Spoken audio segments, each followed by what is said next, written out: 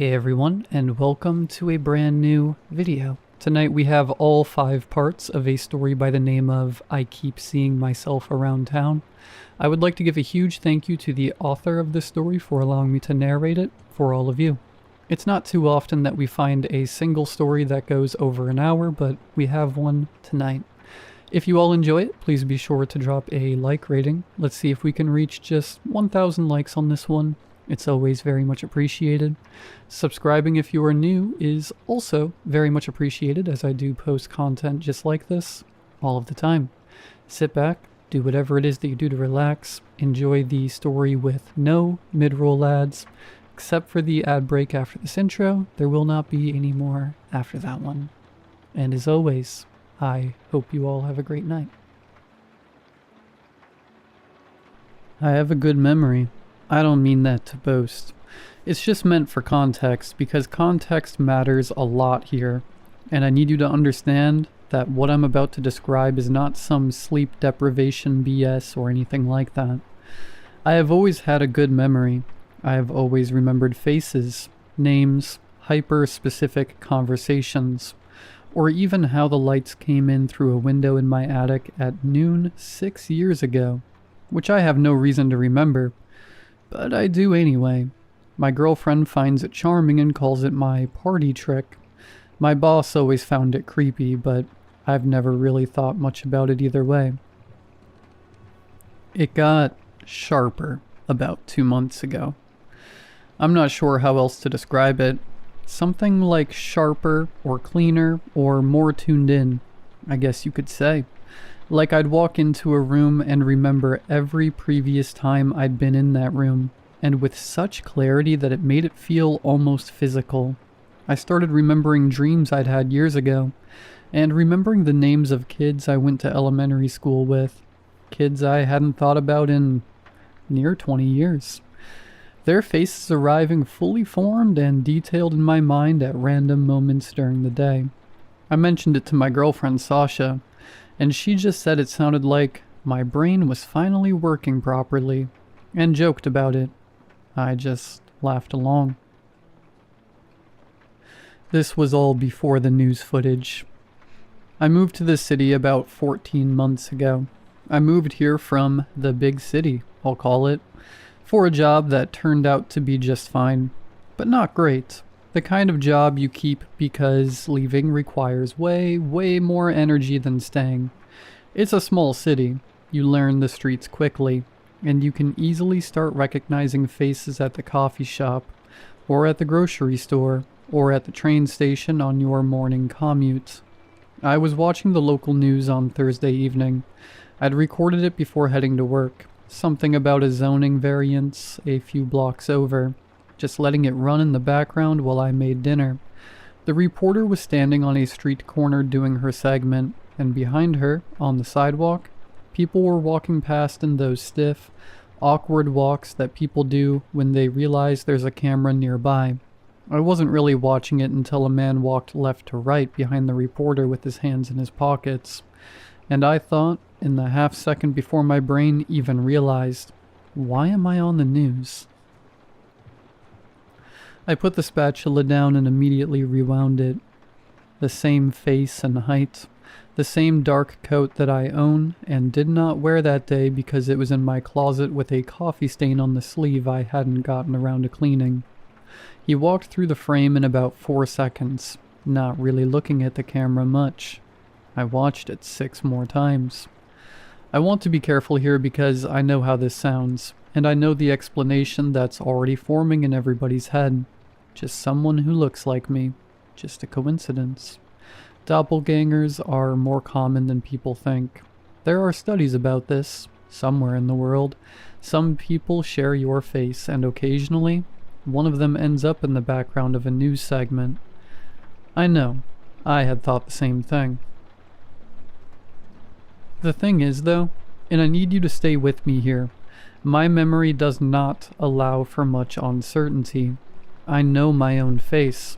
I know the way my jaw sits, and I know the way my nose bends slightly to the left from a break I got in high school that never set right, or the specific shape of my hairline. I know these things not because I'm vain, but because a good memory includes the things you see every day, whether you want to remember them or not. That was me. In a coat that I own, on a street I've walked down, on a Thursday that I spent entirely at work and then at home. I told Sasha and she watched the footage. She was quiet for a moment, and then she said it was probably just someone who looked like me. And then she went to bed because it was late and she had an early morning. I stayed up until nearly 2 replaying it. Here is the thing about a sharp memory that I'm only now beginning to understand. Most people, when they see something disturbing, at least have the mercy of imprecision. The details eventually soften and the memory becomes impressionistic. They remember that they saw something strange, but they don't remember every frame of it in perfect fidelity. And that softening is what allows them to eventually decide they imagined it, or exaggerated it, or simply let it recede. I don't get that luxury. I watched that footage 17 times before I turned off the TV. I have not watched it for 6 weeks, and I remember it as clearly as if I'm watching it right now. The grain of the footage, the color of his coat, my coat, the angle of his head, the way he walks. And here's the part I keep coming back to, the part I couldn't articulate until I'd replayed it in my memory enough times to isolate it. The way he walks is not right. Like, it's close. It's very close. But there's just something in the movement that's slightly off in a way that I can't fully name. Like someone who has studied how I walk, and gotten 95% of the way there. I'm posting this because I need it out of my head, and living somewhere else for a while. I've been sitting on it for 6 weeks, trying to talk myself out of it. And I can't, because my memory will not let me be imprecise about what I saw. And what I saw was my own face on a street I walk down regularly, in a coat I own on a day I was somewhere else entirely. Something else happened this morning that I thought I could ignore but couldn't. And I think I need to write that down too. I'll put it in the next update. Actually, wait. I'll tell you the morning thing now, because if I don't, I'll just keep turning it over, and it'll eat me alive. I was at the coffee shop 2 blocks from my apartment. I ordered my coffee and moved to the end of the counter to wait, and looked out the window. He was standing on the opposite sidewalk.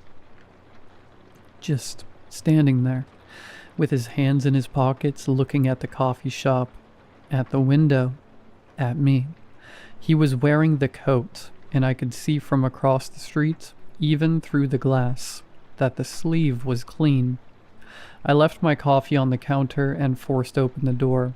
By the time I got across the street, he was gone, and the sidewalk was empty in both directions. I stood there for a while. Then I went back inside and got my coffee because I didn't know what else to do.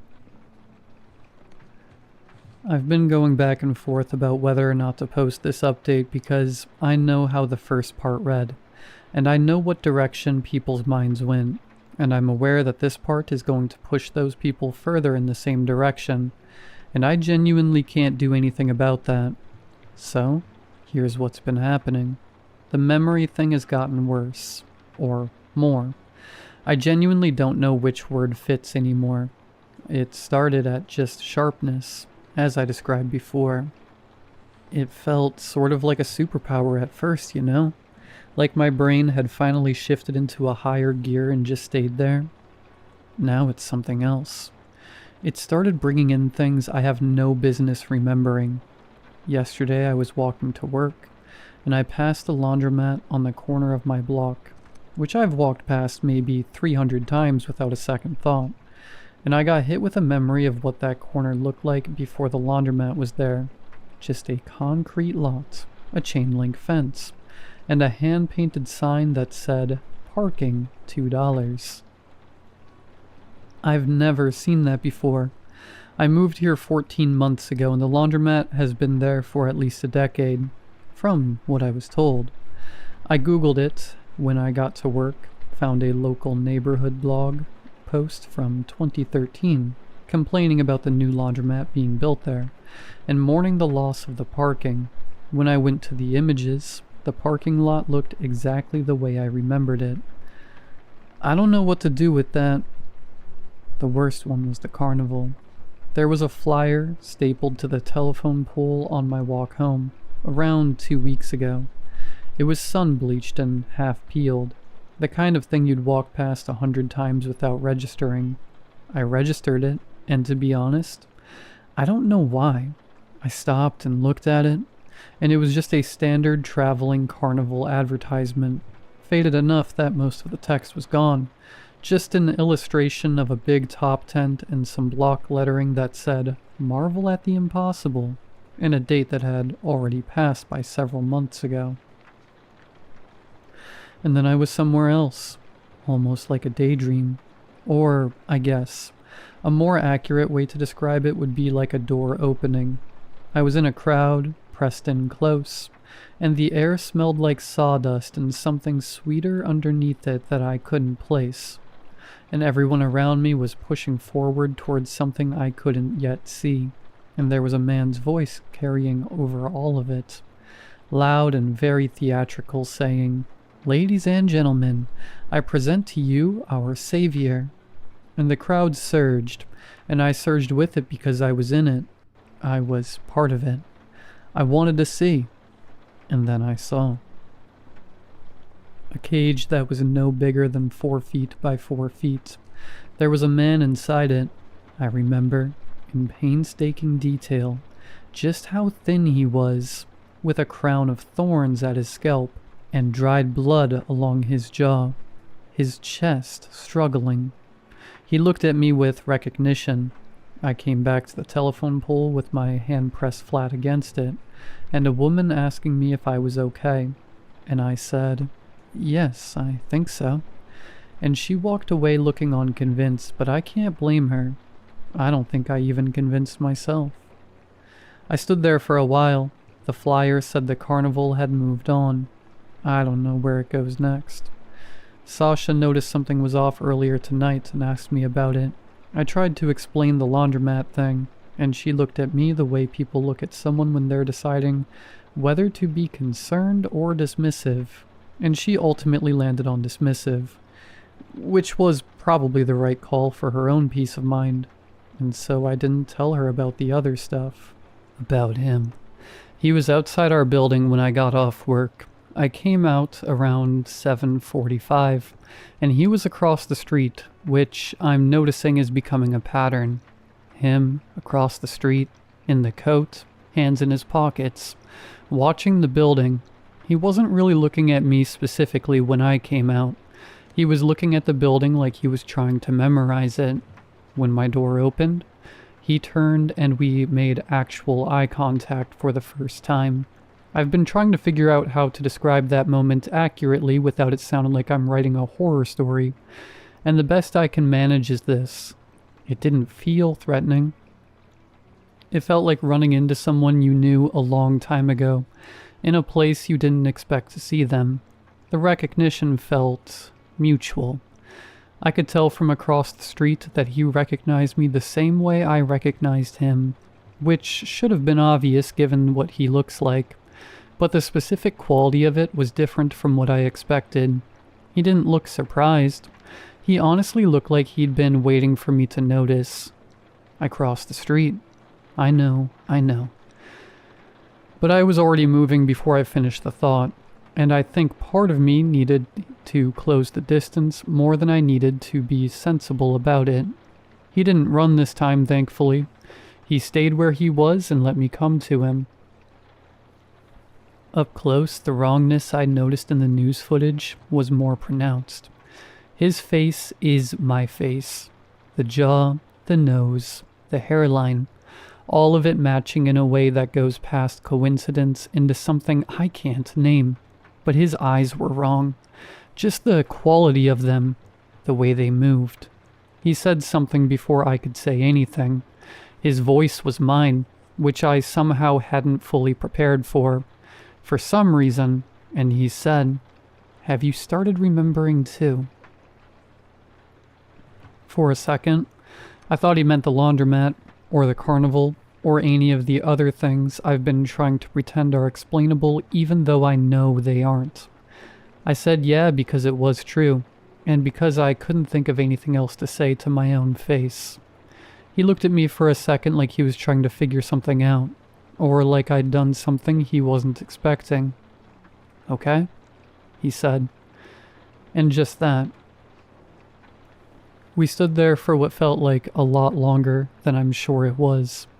At some point I noticed the tree on the corner and the way I could see every single leaf on it individually, each one separate and distinct from the ones around it. I could see every vein and every color variation, each one its own specific thing, rather than just a part of a tree. I don't know how long I stood there doing that. I've never been able to do that before. How long have you lived here? He said, pulling me back. 14 months.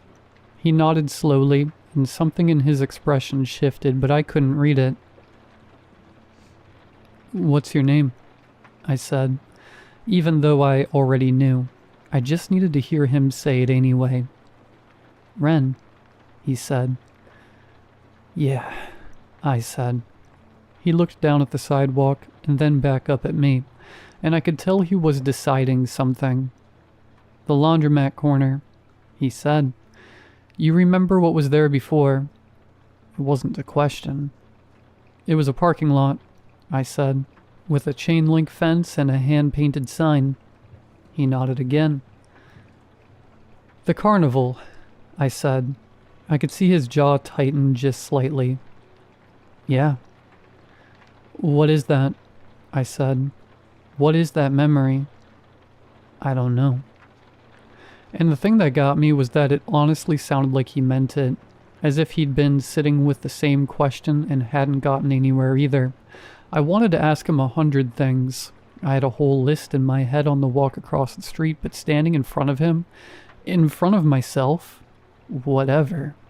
Every question felt too large to start. Are there more of us? I asked because that felt like the one that mattered most. He looked at me for a moment, then his eyes moved past my shoulder. I turned around. Across the street, maybe 40 yards down, a man was standing completely still under a streetlight that kept flickering on and off like it couldn't commit.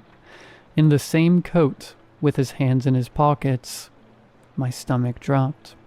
When I turned back, the other Ren was already a few steps away, moving down the sidewalk. Hey, I said. Hey, wait. I know, he said without turning around. I know. And then he was gone around the corner, and I was standing alone on the sidewalk with whatever that was across the street still watching me. I didn't go after him. I looked back across the street. The third one hadn't moved. He was just standing there looking at us. Well, at me. With an expression I couldn't read from that distance. A car passed through the intersection. When it cleared, he was gone. I stood there for a while. Then I went home and told Sasha work was fine, made dinner, and tried to let everything go flat again. Around 11, I went to the window for no reason I could explain. Halfway down the block, on the opposite sidewalk, someone was standing with their hands in their pockets. He was facing the building. I've been putting off writing about the transit station for 2 days. Every time I try, I lose the thread halfway through and have to start over. And starting over means going back to the platform. Fully, every minute of it. I'm going to try to get through it tonight, though. The memory thing first, because it's gotten bad enough that I need to document it before I get to the station. And so you have context for why the station hit me the way it did. I can't watch TV anymore. I tried the night before last, just some background noise while I made dinner, same as always. And within about 4 minutes, I was somewhere else entirely, standing in a field I had never seen.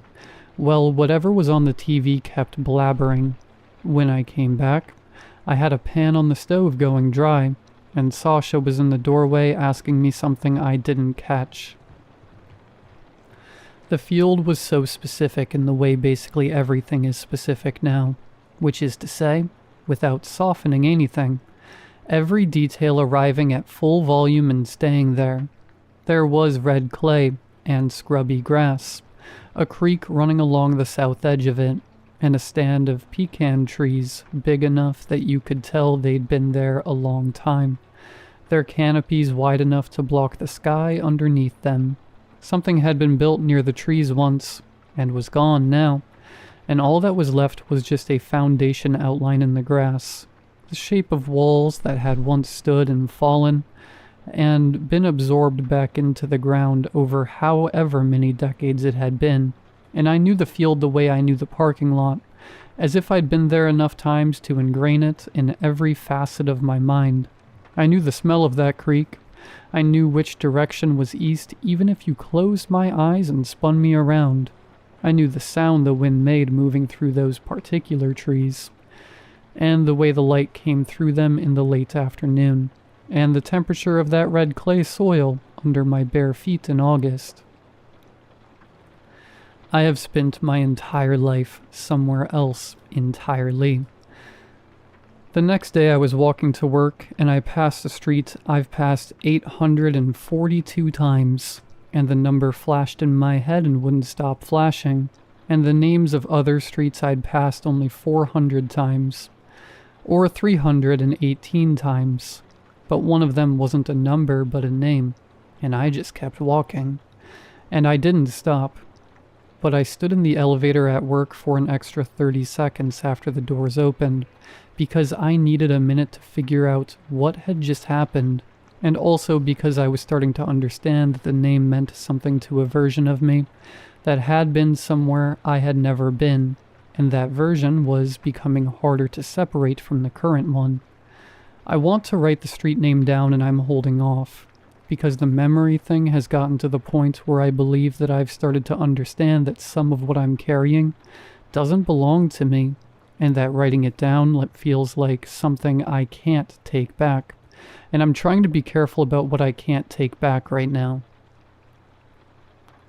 There is a thing that happens now when I look at people on the streets. I notice I can hold every face individually and completely, and not the way you notice a crowd as a crowd, but more like the way you notice a single person in that crowd you've known for years, each one distinct and unrepeatable, their specific arrangement of features arriving in full detail and staying there. A woman at the crosswalk on Tuesday with a scar above her left eyebrow, paint on her right thumb, and the way she stood with her weight on her left foot. A man waiting for the bus with 3 days of beard growing in uneven patches on his jaw, and a tear in his and a tear in his left coat pocket that he'd tried to mend with a safety pin. I remember both of them now with the same detail as I remember Sasha's face, as I remember my own face in the mirror this morning. Everyone I pass is permanently filed. I carry all of them, and I can already feel the weight of that starting to add up. Sasha asked me if I wanted to see someone, a doctor or a therapist. She was careful about which word she used. I said I was fine. She looked at me the same way she's been looking at me for about a month now, like she's doing math and not liking the outcome, and she didn't push it. I think she's starting to count the versions of this conversation we've had. Anyway, the transit station. I take the same line every morning. I have been for 14 months. It's a 22-minute ride. I've timed it, and I've done it enough times that the stations are like clockwork. I even know when to look up from my phone without checking the map. 3 Wednesdays ago, and I now remember every painstaking detail of it. I was on the train, and I looked up at the wrong station, or what I thought was the wrong station, because we were stopped somewhere I didn't recognize. The platform was concrete, old enough that the paint had been touched up in patches, several different shades of the same off-white layered over each other across decades. and there was a sign on the wall that I couldn't read from my seat because the train car was between me and it, and I could only catch the edge of one letter. The doors were open. I have no idea how long they'd been open for. Nobody got on. I looked around the car. 2 other people, both with headphones, and neither looking up. The doors closed, and we moved. I pulled up the transit map on my phone and counted stops, and I couldn't make it work. We had been moving for 4 minutes longer than the leg of the trip should have taken, and we'd stopped somewhere that wasn't on my map. And then we were moving again, and I was sitting there with my phone in my hand, trying to figure out if I'd fallen asleep or something. But I had been awake the entire ride. I know because I remember every second of it, and the memory is so clean, and clean is how I know it's real now. I got off at my usual stop, stood on the platform, and checked the map again. The stop I'd seen had no listing. The letter I'd caught on the edge of the sign, I'm holding off on writing it down, belonged to a stop that my line has never served. I went to work, I did my job, I came home. That night, I went back to the transit website and read the terms of service, which I had never done before, and I want to be clear that I'm still not entirely sure why I did it, except that something about the unmapped stop had made me want to know what I'd agreed to when I started writing this system. Most of it was standard liability stuff, fare policies, and accessibility language. Section 14 was not standard. I'm still processing parts of it, so I'll just say that the piece I keep returning to described journey duration between certain stops as non-deterministic, and said the authority accepted no liability for duration discrepancies, and referenced a form I had never heard of, and could find no link to, required before travel past a certain terminal. And I read that section 19 times, and then closed the laptop and sat in the kitchen for a while. And the other thing. The other ones have been appearing more, not just at night outside the building anymore. I saw one at the grocery store yesterday, in the cereal aisle, and he saw me the same moment I saw him, and we both just stood there for a second with our carts. And then he turned and walked out of the aisle, and I let him go because there is nothing that prepares you for what to do when you see yourself in the cereal aisle. He looked younger than the one I talked to outside the building, or at least less worn down, and he had the coat on, and he was holding a box of something, and he put it back on the shelf before he left, carefully, like he didn't want to leave a mess, and I went and looked at what he'd returned. It was the same thing I was about to reach for. I'll admit, I stood in that aisle for a very long time. The worst one was on the train, the 20 days after the unmapped stop, the night I was in the field. I got on at my usual station, and there was one already in the car, sitting in the seat I usually take, and he looked up when I got on, and something moved across his face that I'm still working out how to name. The best I can describe is that I was the last piece of something, and now the thing was whole. I sat down across from him. We stood together for 6 stops and said nothing. The car was crowded enough that nobody noticed 2 men with the same face sitting across from each other. Or, if they noticed, they assumed brothers. Or they looked away, because looking away is always easier. At the 5th stop, he stood up and leaned down and said, quietly enough that I had to lean in, "Don't get off at the unmarked stop again." Then he was gone at the 5th stop, and the doors closed, and I sat there with that. I got off at the 6th stop, which is my stop's neighbor, and I waited on the platform for the next train, and when it came I got on, and I rode it past where the unmarked stop had been, and this time the train didn't stop there, and I sat with my face against the window and watched the tunnel wall go past and tried to see anything in the dark, and I saw something. It was the shape of the platform, there and gone in under a second, and I couldn't read it, and the train kept going, and I got off at my actual stop, and walked home in the rain.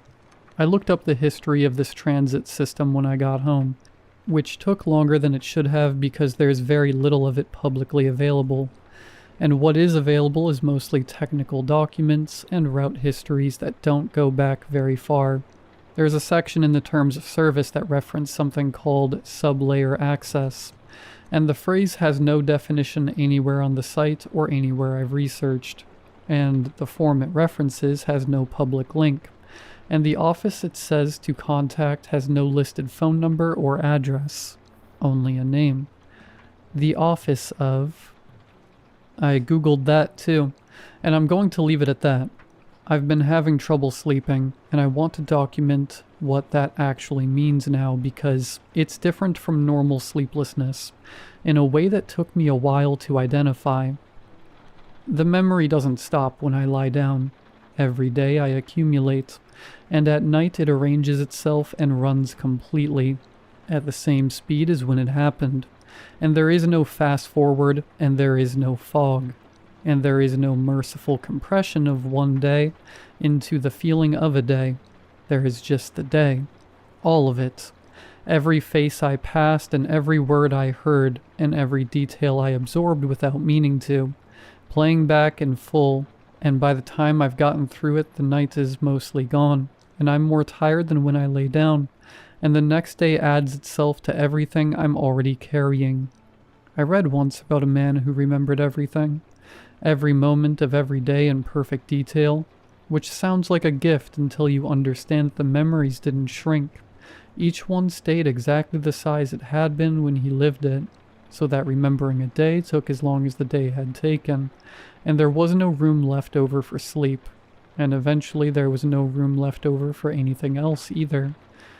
And then he died young. I think about him a lot lately. I have been carrying this city's memory for months, and I am now starting to feel the toll of it. I know it has been here since before any of us arrived. I know my memory is opening toward it, and the opening is getting wider, and the things coming through are getting older and heavier and harder to set down. And the other ones? The ones I keep seeing, the ones who are me at different distances from whatever this is. They've all been on that train. They've all passed that unmarked stop. Some of them, the ones who look the most worn, have done more than pass it, and I can see that in their eyes when I'm close enough.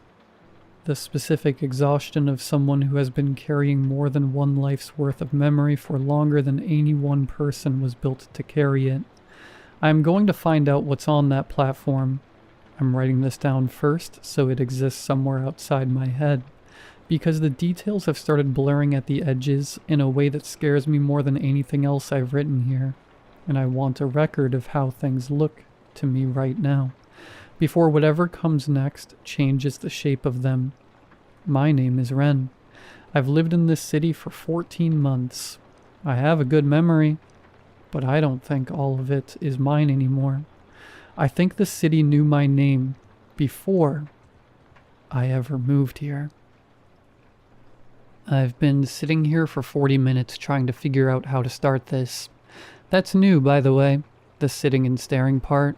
Before all of this, I could write quickly and cleanly without having to go dig for it.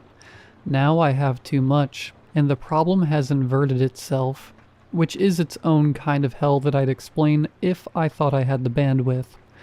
But I don't, so here's what happened. Well, hang on.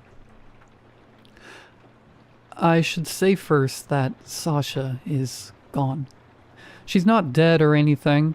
I mean that she left, which I'll come back to, or maybe I won't, because honestly, that might be the part of all of this I'm least capable of writing right now, and I need to go through the station first, or I never will.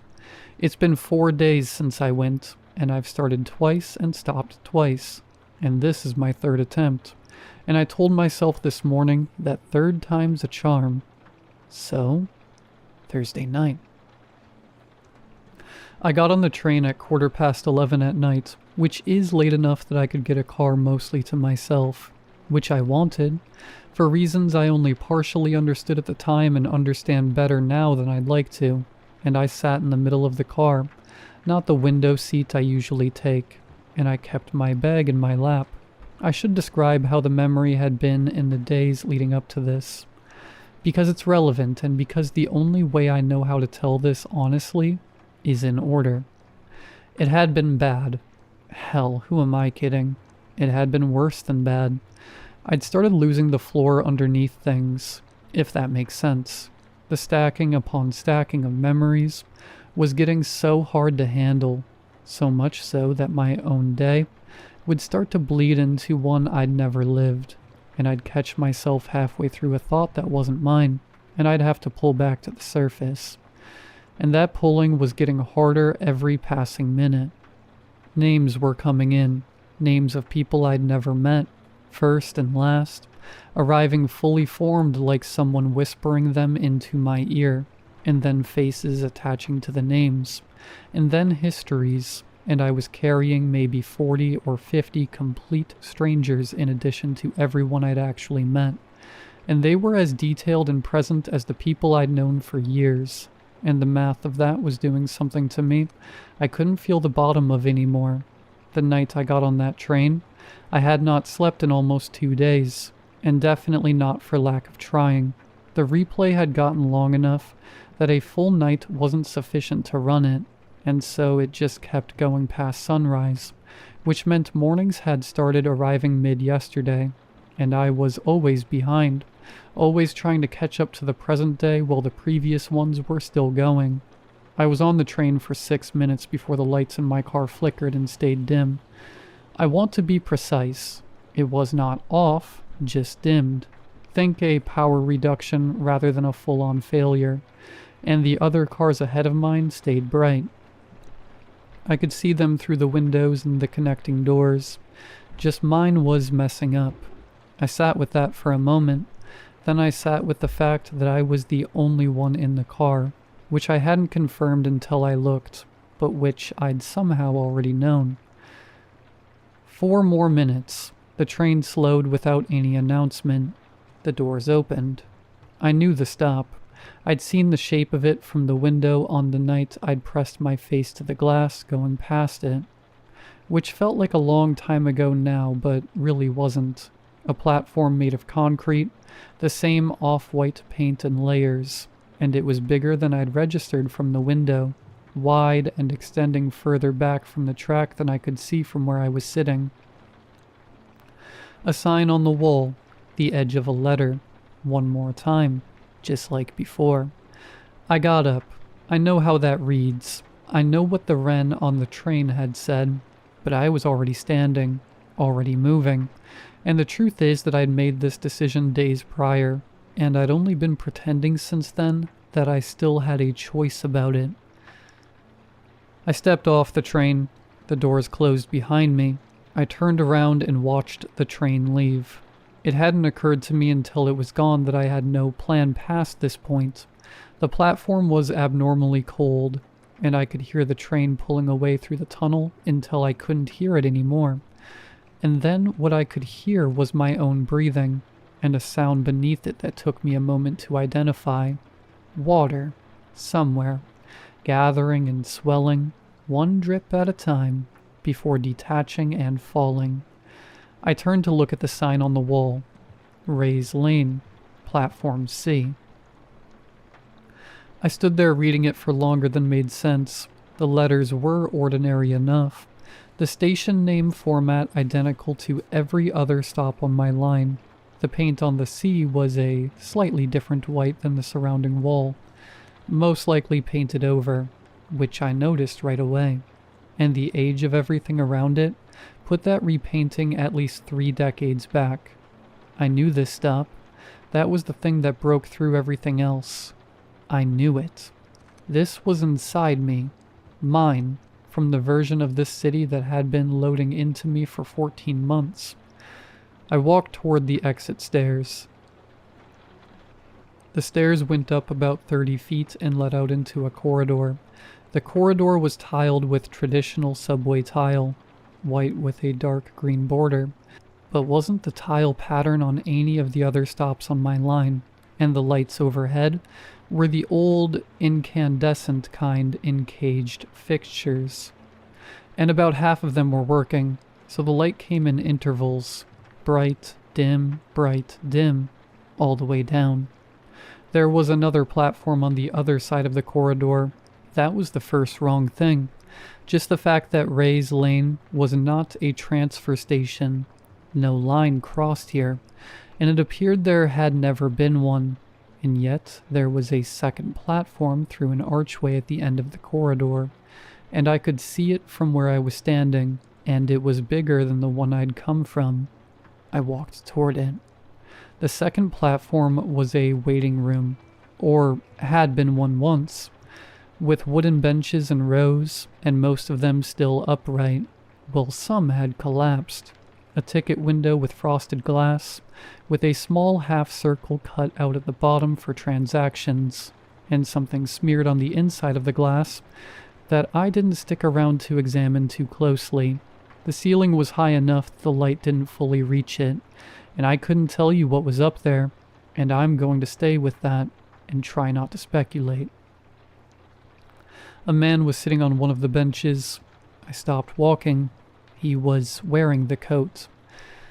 He didn't look up when I came in, just sat there with his elbows on his knees and his head down, and I could only see the top of his head and his hands, which were clasped together in front of him, and there was something wrong about the stiffness of him, the complete lack of the small involuntary movements that people make, the shift of the body, the turn of the head, even the rise and fall of breathing, and I stood at the entrance to that room for a long time before I understood that what was wrong was that he wasn't doing any of those things.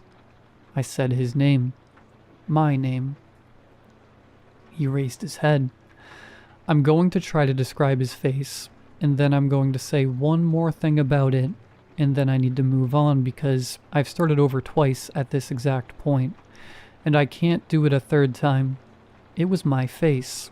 All of it was my face.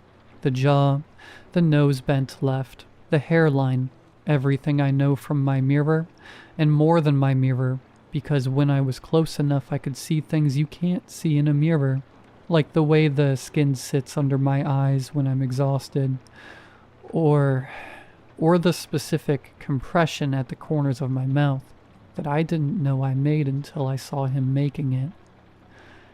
My face. But his eyes were his, and they were full. That's the only word I have. Full. Full in the way that an overfilled glass is full, or full in the way that a room crammed floor to ceiling with objects is full, in the way that leaves no room for anything else. Full to the absolute capacity of something that had been filling for a very long time, and whatever was filling it had been filling from a source that never stopped. He looked at me, but I was not what he was looking at, because there was no space in him for anything new. I could tell he had been here for a while. I don't know how long, and I didn't ask. I think asking would have required an answer, and I think an answer would have required him to locate himself in time well enough to give one, and I don't think he could do that anymore. I think time, for him, had become what my days had started to become, layered and non-sequential, and getting harder to navigate toward any particular point. "You shouldn't have gotten off," he said. His voice was my voice. "I know," I said. "No," he said like he was clarifying. "You don't know yet." He looked back down at his hands. I stood there, and while I stood there, the memory thing did what it always did, which was accumulate. And I started to understand that accumulation here was different from accumulation on the street or in the train, because what was in this room felt different than the things above ground. I could feel the walls. I don't mean I was touching them. I could feel the age in them, and with the age came the things that had been down here in the dark for however long this place had been down here in the dark, and I could feel them arriving. I want to tell you I left immediately. I want to tell you I turned around and walked back to Platform C, caught the next train, and came home, and that was the end of it. I was down there for 3 hours. I don't have a full accounting of all 3 hours, which is new, and which terrifies me more than I know how to say. Because in all of this, the one constant I had, the one thing I had been able to depend on, was that I could remember. But I do not have a complete memory of those 3 hours. What I have is this. I sat down on one of the benches, and I don't remember deciding to do that. At some point, the other one said something to me that I couldn't fully hear, or couldn't fully understand, or both, and I want to write down what I caught of it, and at the same time I'm afraid to, because I said earlier that writing some things down feels like doing something I can't take back, and that is still true, maybe even more now than before. So I'm going to write one part of it, and the rest of it I'm going to leave where I can't examine it, because I've already been at it for 4 days, and nothing good has come from that, and the thing about a perfect memory is that you can feel the gaps in it, in a way that ordinary people probably can't, which means I know the size and shape of what I'm missing, even if I can't see inside it, and the size and shape are bad enough. What I caught was, this city doesn't lose anything. That's it. That's the piece I can write down. The rest is the gap, and the gap has a specific size, which is the size of about an hour and a half. I came back to myself. Came back is the right phrase, I believe. Sitting on the bench with my hands in my lap, and the other Wren wasn't on his bench anymore. I was alone in the room. I don't know where he went. He was between me and the exit when I sat down. I checked the platform, the corridor, all the way back to platform C, and the station was empty, and I waited there on the cold concrete for another train for approximately 40 minutes by my count, and approximately 11 years by the count of whatever was in my chest. And when the train came, I got on. I got home at 2:45 in the morning. Sasha was still up. I'm not going to write about the conversation that followed because I can't hold it in the right way yet, and because she deserves better than being rendered in a horror story, which is what this has become, and the specific look on her face when I sat down across from her is not something I'm going to commit to the record unless I understand what I'm doing better than I currently do. I'll say this much. She looked at me, at my face, for a long time without speaking, and then she said she couldn't tell anymore if she was looking at me. Not in a supernatural way. She said it very plainly, like something she'd been sitting with for a while and finally decided to say out loud. She's staying with her sister. She left the day before yesterday. I haven't posted in a while, and I know how that reads, especially given where the last part ended, and I want to be clear that I'm fine in the basic ways. I'm still going to work. I'm still eating. The memory is what it is. It hasn't gotten worse since the station, but it also hasn't gotten better, and the hour-and-a-half gap sits in the middle of me like a tooth that isn't there anymore, the kind of thing you keep accidentally finding with your tongue. I haven't seen the others in 4 days. I don't know if that's good. I looked up the Office of Special again this morning, and I found something I hadn't found before. I don't know if it's always been there, or if it went up recently. I'm aware, by the way, of how that sentence sounds, that not being sure if something has always been there is a fully deranged thing to say, but my ability to care about how I sound has taken some hits lately, so excuse me. There's a form. I found the form. It has a name and a processing address, and the processing address is in this city, and it is not very far from Ray's Lane. I'm going to fill it out. I know. But here's the thing I keep coming back to, the thing I've been circling for 4 days without landing on. I went to that platform to find out what was there, and I found it, or at least part of it. And then I lost an hour and a half, and whatever was in that hour and a half I can feel it, and the city has a memory that never loses anything. And somewhere down there, in that room, in that gap, is the piece of what I'm becoming that I'm still missing. And I can't live with a gap. That's the thing about people like me. That has always been the thing. I cannot live with a gap. My name is Ren. I have lived in this city for 14 months, and I will still be here tomorrow, and I will still be carrying everything I have ever seen, and heard, and touched, and passed, and I still do not know what any of it means. But I think I'm starting to. The form has 12 sections. I've already filled out 11.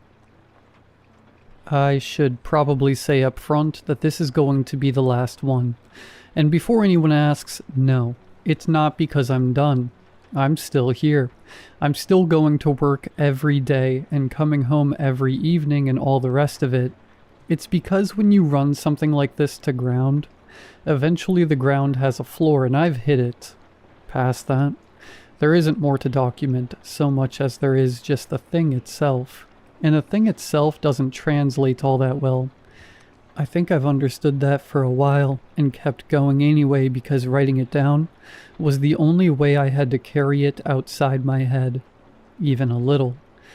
I don't need that the same way anymore. I'll get to why in a minute. For now, section 12. I filled it out on a Wednesday, 6 days ago to be precise, which I am always going to be, and I remember the light coming in through the east-facing window at that hour, the slant of it across the table, and the coffee I'd made that had gone cold because I kept reading the section and not committing to signing it, and reading it again. The 12th section was a declaration. 7 lines. The first 6 were factual. Name, current address, length of residency, primary transit line, and home stop number, and one other field that I wrote down without looking at the pen while I did it, which I think was the right way to handle it. The 7th line was a single sentence in a font just a degree smaller than the rest of the document, in a way that I noticed and could not tell you at all if it was intentional or not. I understand that submission of this form constitutes acknowledgement of prior agreement. I signed under it. I folded the form in thirds and put it in the pre-addressed envelope that had come with it, and walked it to the mailbox on the corner and dropped it in. I stood at the mailbox with my hand on the flap for exactly 2 minutes. Then I went home. Here's the thing about prior agreement, the thing I've been sitting with for 9 days, which I want to write down while I can still hold it. Before I went to the station, before section 12. Before any of the things in any of the previous parts, I thought of my memory as mine, which seems obvious in the way things do until you examine them enough times that they stop making sense. The kind of obvious that falls apart the moment you actually look at it, and then you can't get it back, and you can't remember why it ever made sense in the first place. I moved here because of a job. I've said this. A job that turned out to be just fine, but not great. The kind of thing you keep because leaving takes more energy than staying. Here is the question I've been asking myself for 9 days. Why this city? There were other cities with similar jobs. I applied to 4 of them. I remember the whole process clearly. I remember the cover letters and the phone screens, and the order the offers came in. And I remember choosing this one without being able to articulate exactly why. Just a pull, just something that felt like the right direction. Prior agreement. The form acknowledges something that was already done, and the thing that was already done was the choice. And the choice was made a long time before I sat down at a kitchen table and started filling out applications. And I don't know how far back it goes. And by God, or whatever else is out there. I don't think I'm supposed to know that yet. I'm going to write about the gap now. I've been working up to it since I started this 2 hours ago, and I keep sliding away from it, which is new, the sliding away from something, and I'm going to name that and keep going. The gap began to fill the afternoon I mailed the form. Gradually at first, slow, then faster, then there, and you can't locate the exact moment it arrived. And by the time I went to bed that night, I had maybe half of it. And by Thursday morning, I had most of the rest. The other Wren, the one on the bench at Platform C, said more than, "This city doesn't lose anything." I'd caught one sentence of it and been holding that sentence for days, turning it over, and what I had was the end of a longer thing. The full sentence was, "This city doesn't lose anything, and you've been carrying it long enough that it's already retained you." I asked him what retained meant. He said, "You already know." He was right. I did know.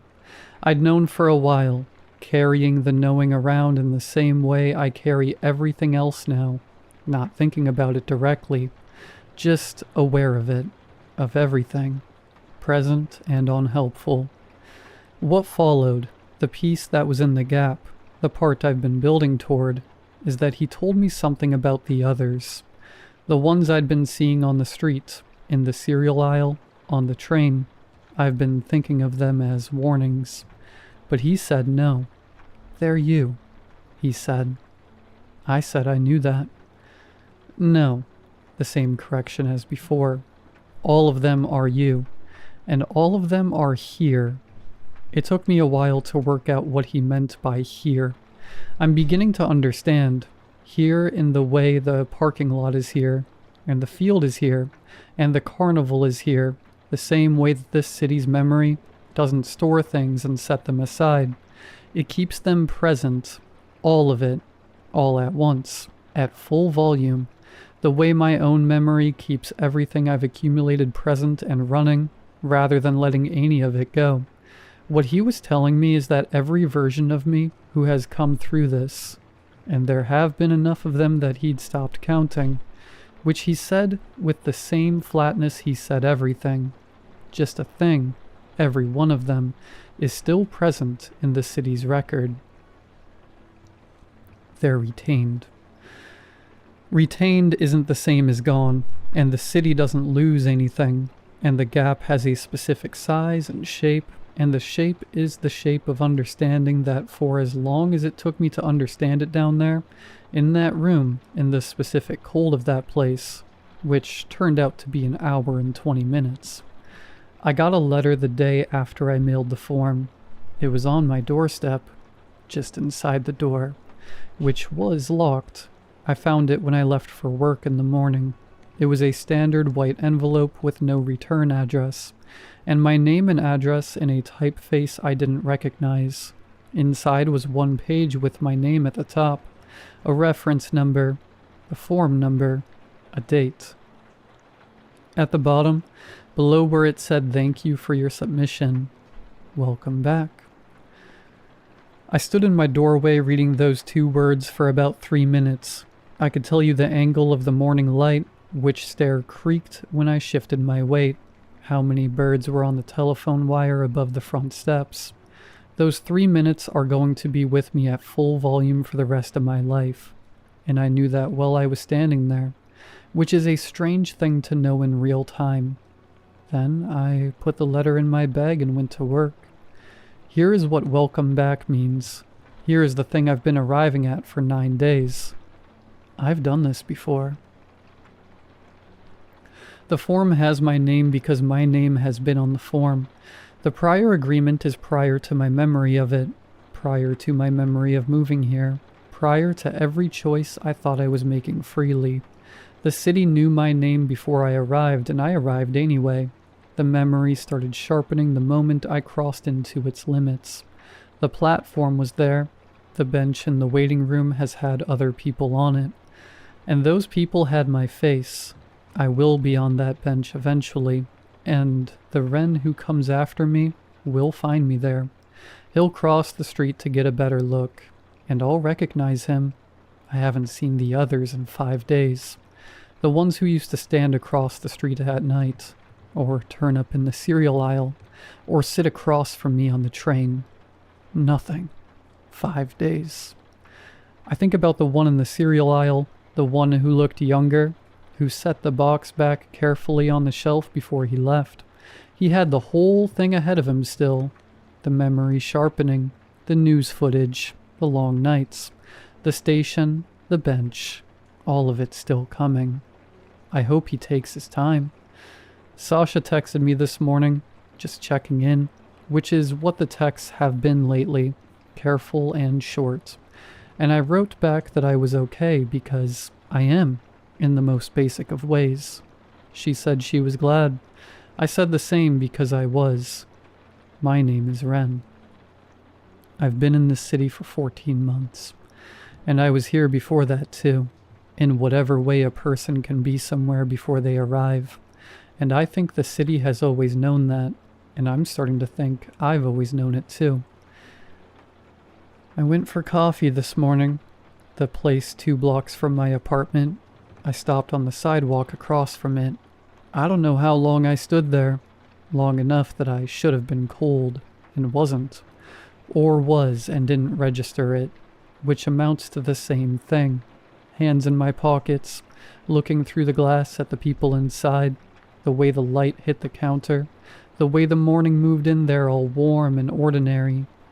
There was a man at the end of the counter waiting for his order. He was looking out the window. At me. I recognized him immediately. The jaw, the nose, the way he was standing. I thought, another one. I thought, how far along is he? I thought about crossing the street, the way some version of me always does. But I didn't move. I just stood there with my hands in my pockets and looked at him through the glass, and he looked back at me. And I knew, the way I know everything now, that he had a coffee stain on his coat sleeve he hadn't gotten around to cleaning.